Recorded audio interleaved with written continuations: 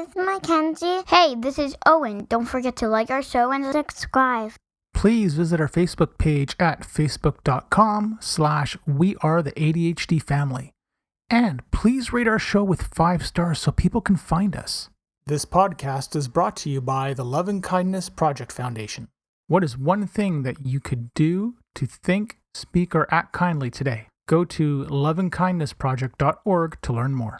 Before we begin this podcast, if you or someone you know is in crisis or needs emotional support, there are tools that can help. So get yourself a pen and paper or open a note-taking app on your phone or computer. Feel free to pause this episode while you get yourself ready. The episode starts at 1 minute and 36 seconds. You can call Talk Suicide Canada at 1-833-456-4566. You can text 45645, which is coming in the fall of 2023. In Canada, you can also call 988, the Kids Help Phone at 1-800-668-6868. The Trans Lifeline in Canada is 1-877-330-6366. And in the United States, 1-877-565-8860, or call 911. You are not alone, and you do not have to be alone. I would like to honor and recognize the traditional and unceded territories of the Katzie, Kwantlen, and Semiahmoo nations on whose territory I live, work, and play.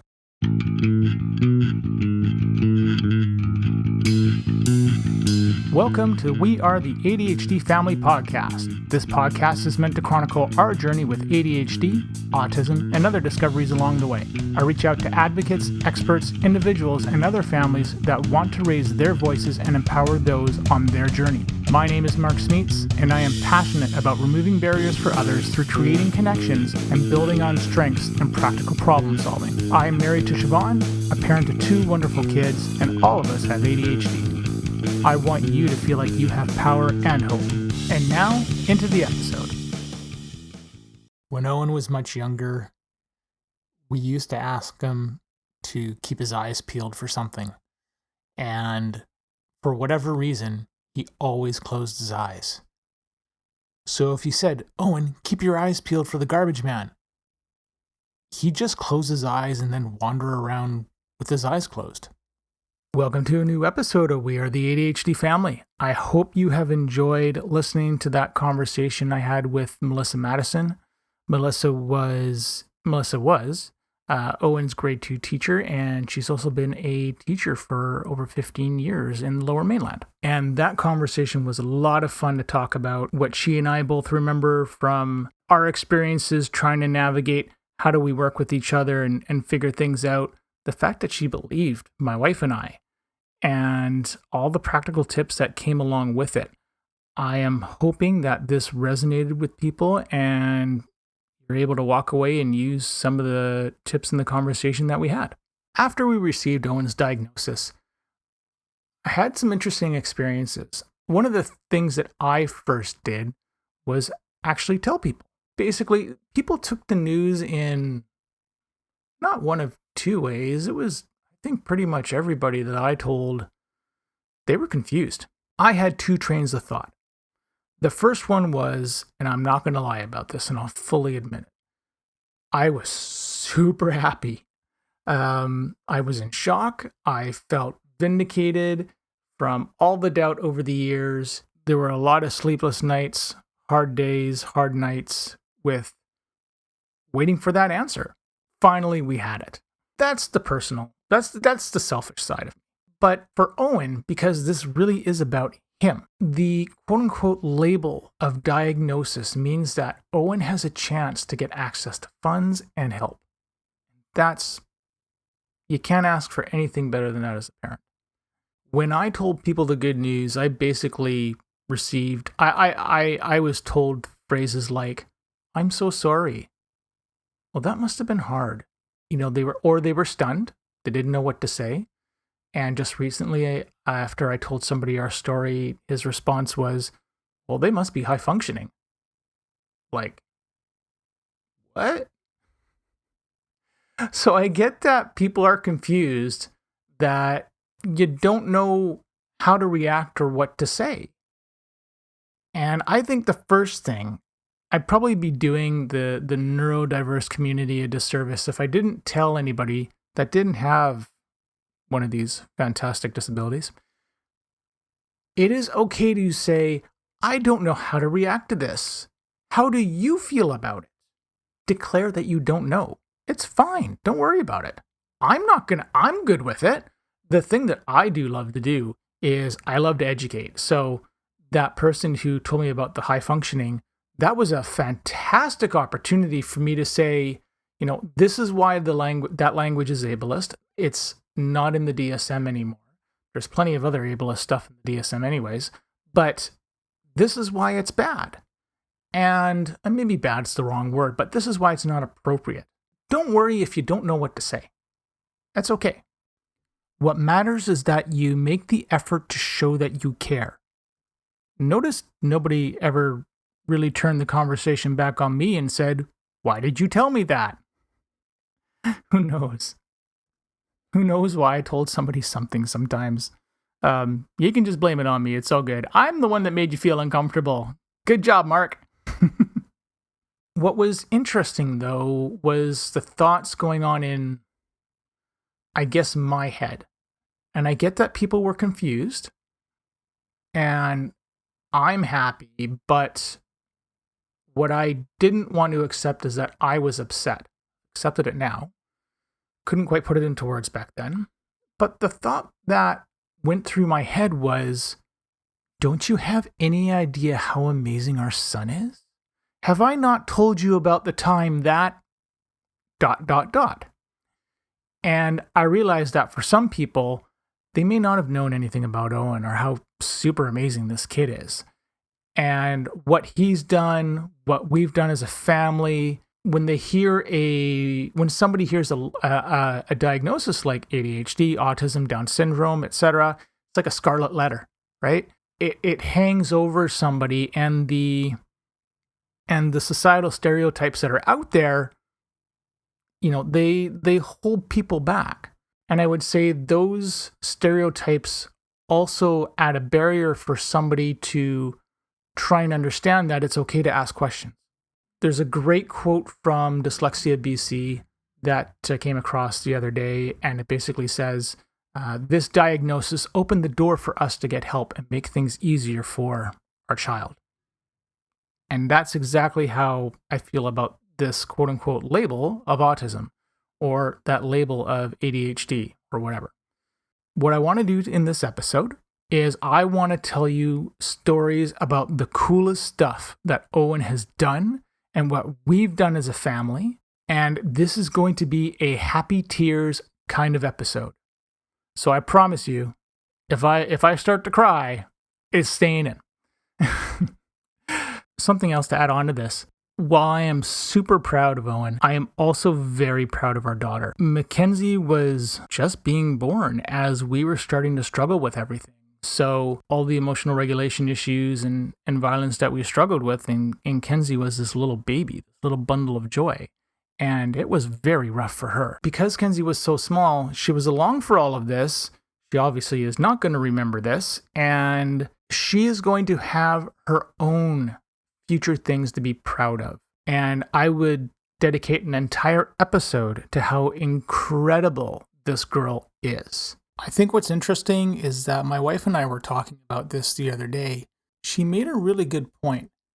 If you've seen the Barbie movie, if you haven't seen it, go see it. By the way, I am Knuff.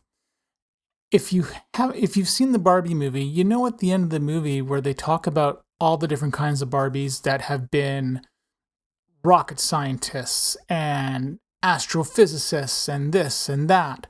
One thing that my wife and I talked about years ago was that need for Kenzie not to be a rocket scientist, for her to have the choice of doing what she was going to do. I'm really proud of the fact that we haven't pushed her to be those things. We've said to her, as much as she's 6 years old, here's what's out there. It's empowering her to decide. You don't have to be a rock star every day. You can be quiet, chill, and relaxed, then you can go up to crank yourself up to 11. I think the line that we had to become aware of was not that we wanted Owen to be this rock star or ninja expert or something like that. It isn't about that. None of these stories are going to be about that. Really, what all these stories are about are us as a family coming together and trying to support one another. So with Mackenzie, she can be whatever she wants. The fact that she has grown up at where she's at right now and just been so tenacious with learning to put her foot down, learning to say what's acceptable, it's not acceptable, especially when Owen's having a rough time. It is a tough position for any adult, yet any child to be in. And, my wife and I, we step in as much as we can. And Kenzie, bless her, has found that voice to say, this is acceptable, this is not. And I chuckle a little bit because I call her, we call her our little hurricane or little tornado sometimes, just because there is so much energy and fun that she wants to have. And one minute she's playing with this toy, then she's over here. Our house is a mess. It's a horrible, horrible mess. Please help come clean it up with us. But we don't want to take away from her in those things. It's what makes her happy. And if she wants to play house, fantastic. She wants to be a doctor next, fantastic. She wants to come cook in the kitchen, fantastic. The world is hers to tackle. Tackle how she sees fit to do so. So again, if you see the Barbie movie, this will make way more sense. The other thing I didn't want to do in the episode is I didn't want to get into what people get wrong about autism or ADHD. Those stories, these are stories for other episodes. Quite honestly, I'm going to tell you how awesome our son is. And equally, we're going to get into how awesome our family is. One phrase that you might hear me refer to in this episode is what I call strengths-based parenting. Everything that we've done, because Owen is such a physical kid, he, and for that matter, Mackenzie is as well, but Owen was the first that we sort of learned all this through. The strengths-based parenting is this idea I came up with of, and I don't know if something like this exists out there, but this is the way that Siobhan and I learned to parent. When we started doing things the right way, that is. We look at somebody's strengths, and in Owen's case, it's the physicality. It's the need to run around. Okay, well, how can we utilize this in a way that's safe, in a way that is easy to do, low barrier, and so forth? Taking that approach of what is natural to him and trying to use it to its fullest extent is strengths-based parenting. You can leverage off that, and in the first story you'll see why it worked out this way, but you can leverage off that when you look at something that you may need as an adult. So in my case, I was overweight, I was having to move around a lot, do things, and Owen had to move around a lot as well because he had to. That was his nature. So you take the goal that I had, which was dropping weight and all that stuff, and then you take his need to move and you put them together, that is strengths-based parenting. At some point I want to do an episode just kind of based on that, because that's a really cool concept in my head that I love. We're going to flash back to when Owen was 4 years old. I was overweight. I had to start losing weight. I had a non-alcoholic fatty liver, and I don't quite remember everything, but my blood work was pretty bad. I shouldn't say my blood work was bad, but it needed to be turned around. So at work, because I did not like my office at all, I began to go outside for walks, and that led to me starting to drop weight and also eating right and everything else. As that progressed, my wife and I had the idea of, why don't we see if we can tire Owen out at nighttime? And so we would take him outside after we come home from work, and we'd start to run. We'd have our races between him and me, and sometimes Siobhan, where in our townhouse complex, we'd run from one end of the complex to the other and see who could get there first. So he was already obsessed with coming first, but that just made the obsession worse. Anyways, it was a heck of a lot of fun to do, and we thought this is going to tire him out. Nope, never really did. That's ADHD, that's autism for you. If anybody says, go take your kid out to run, no, don't. Don't do it for the express purpose of trying to tire them out. That is not going to work. Our kids are nuclear powered. They are not neurotypical kids. They will go until they hit the wall. That's the thing that I think parents who don't have a kid that's autistic or has a disability, that's one of the things that they certainly miss. There is a fundraiser in Vancouver here called, it's put on by BC Lung Association, and it's called Climb the Wall. And it's the Sheridan Wall Center downtown Vancouver, and it's 54 flights of stairs, and you go climb it. Firemen climb it with all their gear. It's done to raise money for lung cancer research and awareness, and it's a cool event. Part of the reason we got into this is because a family friend of ours, and my brother-in-law's best friend, Jeremy. Jeremy was 31 and passed away from lung cancer. He left behind a wife and a young child who are two incredible people. And it's really hard to still grasp all these years later that he's gone. And Jeremy was a super amazing guy. Siobhan and I really had a hard time with going out to places and doing things. We certainly felt like we were held hostage is the wrong word, but we couldn't do anything. We couldn't go to Walmart, or we couldn't go to some other groceries or some other store with him because the fluorescent lights would just set him off. You couldn't go hang out at the mall or what have you. Everything was a trigger, and it was hard because we were trying to figure out what all the triggers were without knowing what a trigger was, and it was just brutal. The question was this: how do I get from the city that we live in all the way to downtown Vancouver, which is a good 45, 50-minute car ride, and not have him freak out?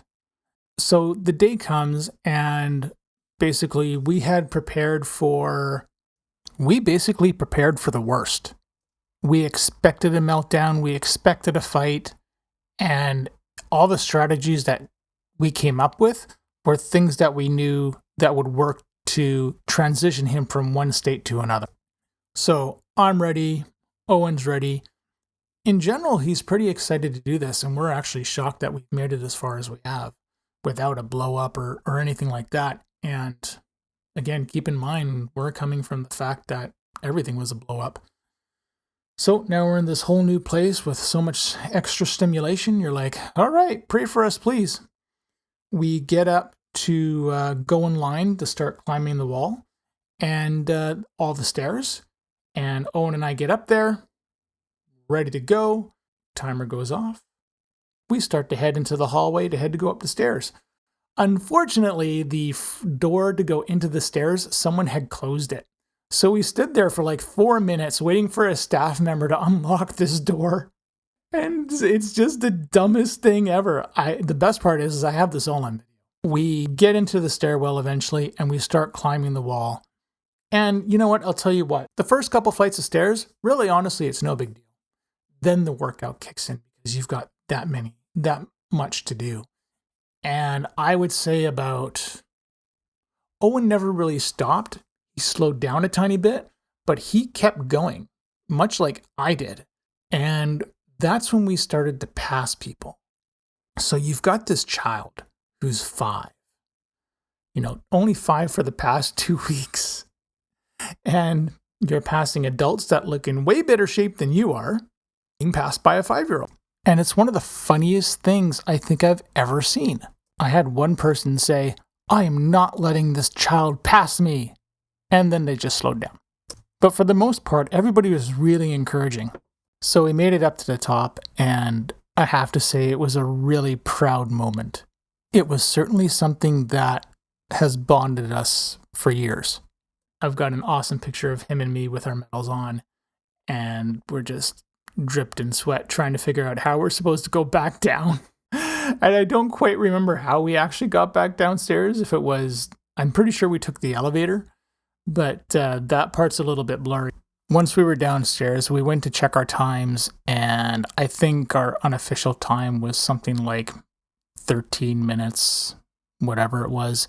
And I laughed because if I count the time that we were hung up at the door and subtract that, I just realized Owen and I climbed those stairs in most likely, just under 10 minutes.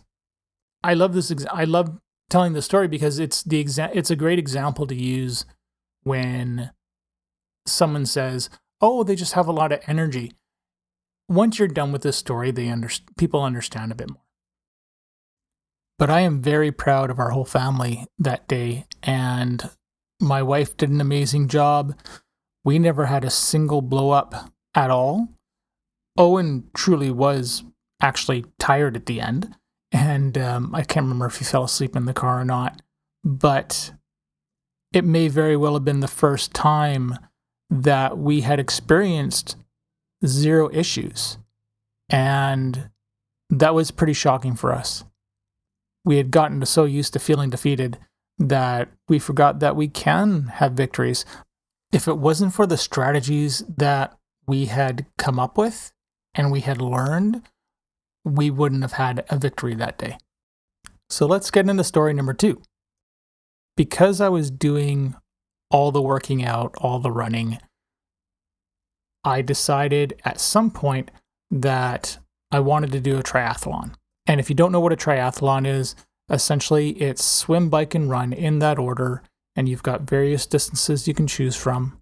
And the reason I wanted to do it was because this had been something in my childhood that I never took the opportunity to do.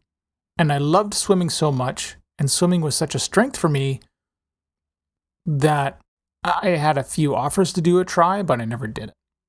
So I kind of kicked myself for it. Through all the training that I did, I always had one of the kids by my side, whether it was Mackenzie or Owen. If I went for a run, one of them would be with me.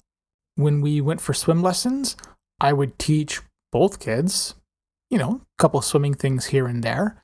But when they were doing their swim lessons, I'd go off and do my laps. When I biked, I had gotten a bike trainer for the garage so I wouldn't have to go out and risk my life in traffic. And when I set everything up, there was a program called Zwift. And it's an online cycling world. It's really cool. And when you ride your bike, all you need is sensors, the bike trainer. You're basically set up in a virtual biking environment. When Owen saw this, and I remember the first time he did, his eyes just went like, "What?" And he had no idea something like that was possible. And it was very, very cool. Because Owen was so interested, I also went through the effort of trying to find a bike trainer that could fit a kid's bike, specifically a wheel size that was 14 inches or below. And it was impossible. The only company that makes what is called a small wheel adapter is called Kinetic. Unfortunately, they discontinued it, and it really sucks. I was fortunate enough to buy one, found myself a bike trainer for Owen. I got the small wheel adapter on it. I got sensors for him. And then we were side by side in the garage training together. And fast forward as an aside, a couple years later, I had written an article about how to get your child set up on this trainer and how to get into the world and all that, and just how awesome Zwift was. Anyways, the article that I wrote, it got picked up by Zwift Insider, which is their magazine, and I was just blown away. And so that's actually a big piece of why I sort of dove into advocacy, because I saw that was it got such a strong reaction that I didn't want to stop. I knew I was helping people. Anyways, so basically, it's really a rinse and repeat at this point. We were training together, and I eventually went and did my first triathlon. Because of the pandemic, I ended up having to wait 2 years to do the Vancouver Tri, and eventually I did do it. But it was an awesome experience because I got to do all that training with my kids. My only piece of advice is that if you decide to do an event like I did, and you have a chance to cross the finish line with your kids, do it. My family was there cheering me on the sidelines. I regret not stopping, getting the kids, and having them cross the finish line with me. So if you're thinking about doing this, keep that in the back of your mind. Triathlon BC puts on an event called Try a Try. Sometimes they're called Try It. Just depends on the organization a lot of the times. But it's for all age groups, and I asked Owen if he wanted to do this. And he just jumped at the chance. So because we were already doing all this training, we just kept up what we did. Each time we went for swim lessons, he'd complete his swim lessons, and then we'd go into the lanes to do lengths, and he'd work on his laps, and we'd work on his technique together. When he was always biking to school, and he was beginning to bike with me on the road, so we took extra long ways home. Plus, he's always running anyways, so that kind of took care of itself. In September of 2022, he completed his first ever triathlon on his own.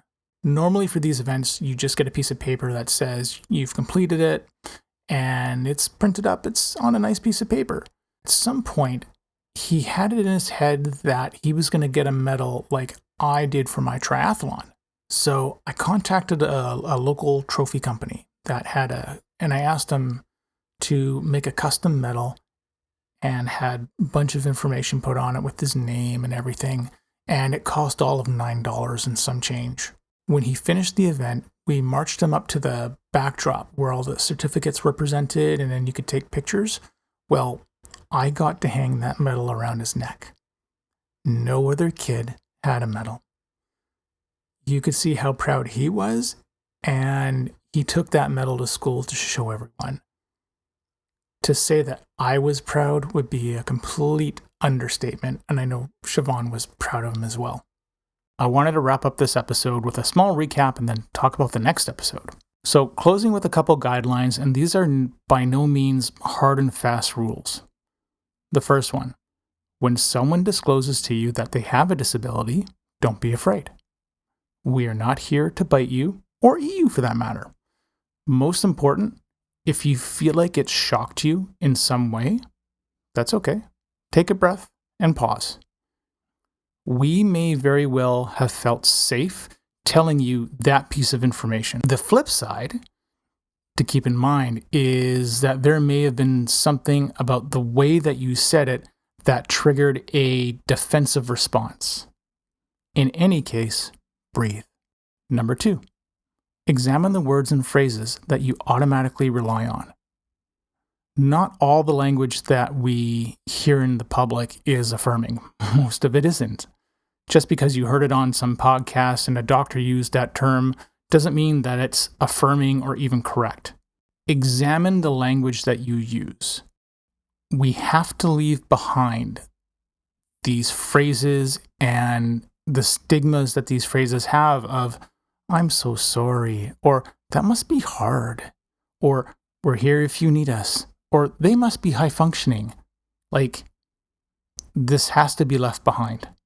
Number 3, seek to learn from those with lived experience. Listen and listen to their stories. Number 4, be willing to say that you may not be sure how you're supposed to respond. For me personally, if I know, if there's something that I told you and you said, I don't know how to respond, you know what? I probably would be able to clarify why I told you this. And that may very well open the lines of communication and just, put both parties at ease. Number 5, be willing to put the ball into that person's court and come up with a reply like, what can I help you with? Or if somebody discloses something about your child, ask them, oh, wow, that sounds amazing. Tell me about your child. Give them that opportunity. Give them that power to respond. Number 6, think of what a kind response would be. It's not an accident that I wanted to partner with the Love and Kindness Foundation. And I've actually been meaning to do this for months. But everything that I do, it really is centered around kindness. And we want to bring that into as many aspects of this advocacy that we can. And finally, number 7, no one is ever going to be mad at you for wanting to find out more. So it's perfectly okay to be curious and ask questions. Don't feel like you can't. Trust me, there are people out there that are like myself that are more than happy to guide you, give you information, teach you things that you'd be like, oh, I did not know that. That's really cool. Just be curious about it. That's okay. In the next episode, I'm really excited. I took the question of, what were the responses that I get or my family gets when we say that our child is autistic or we have ADHD. I wanted to see what other people went through and what other people said. So I took the question, posted it to social media, and arranged interviews with anybody that replied to the question. And I wanted to understand and hear different perspectives and see if there are any commonalities and just have a conversation. And we're going to get into questions like, when you tell someone that your child has a disability, do you use the specific terminology? Do you just say disability? Does it depend on the situation? Another question, what do you do when someone replies to you in a way that shocks you? How do you handle that? What are the responses that you've received when you've disclosed it? How many people have tried to quote unquote fix your child with ideas or remedies? Has anyone ever declared to you that they don't know how to respond? So I'm looking forward for everybody to hear these responses. And until then, take it easy. Have a good night. That's the end of the episode. I'll leave you with 3 things. Number 1, be safe and speak kindly. Number 2, remember that we're all trying to hang on for dear life. And number 3, you are enough. Thank you for listening to our show. If you're hearing this message, you've reached the end of the episode, and for that, I want to say thank you. I hope you have enjoyed what you've heard and are walking away with newfound knowledge. We are the ADHD family. See you soon for a new episode. I have 3 things to ask of you. Number 1, if you have any comments, questions, or guest ideas, please leave a comment on the Facebook page. Number 2, please leave us a review on Apple Podcasts or Spotify. It helps people find us. And number 3, if you want to be a guest on the show or know someone who would make a great guest, contact me through our Facebook page. This podcast is open to everyone. You don't need to be an expert, just passionate and want to see change. The opinions expressed by the host and guest are not associated with any employer or organization unless otherwise stated.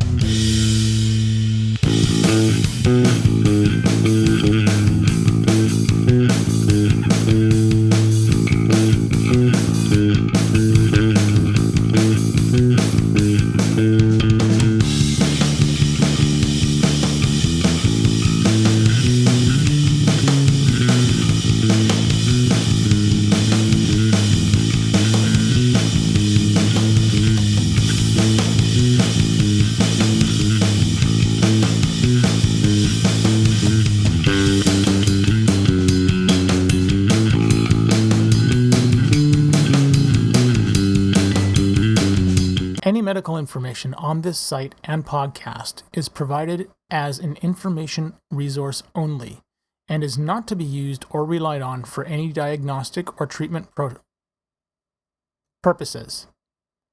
This information does not create any patient-physician relationship and should not be used as a substitute for a professional diagnosis and treatment. Please consult your healthcare provider before making any healthcare decisions or guidance about a specific medical condition. The show, host, and its guests expressly disclaim responsibility and shall have no liability for any damages, loss, injury, or liability whatsoever suffered as a result of your reliance on the information contained in this site or show. By visiting this site and listening to this show, you agree to the